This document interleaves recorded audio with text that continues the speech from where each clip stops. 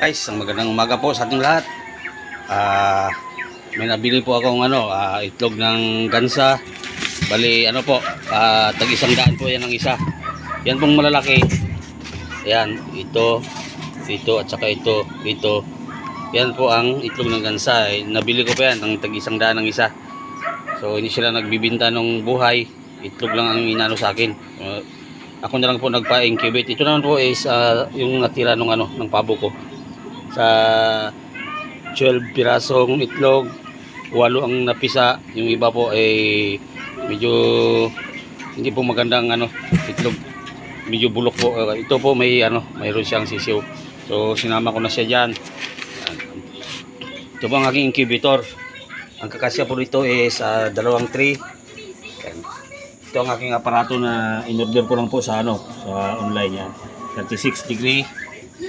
Dapat naka-maintain siya ng 37. Yan po yung required na init ng incubator natin. Yan.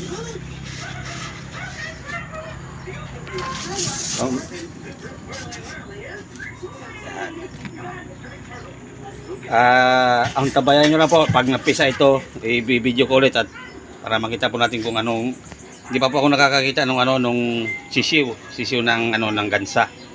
Gusto ko kasi po magkaroon ng gansa. Hindi naman po sila nagbibinta nung malalakihan. Kaya itlog lang ang nabili ko, tig 100 ang isa.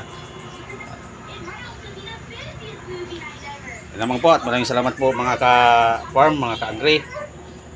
At magandang umaga po muli. Salamat po.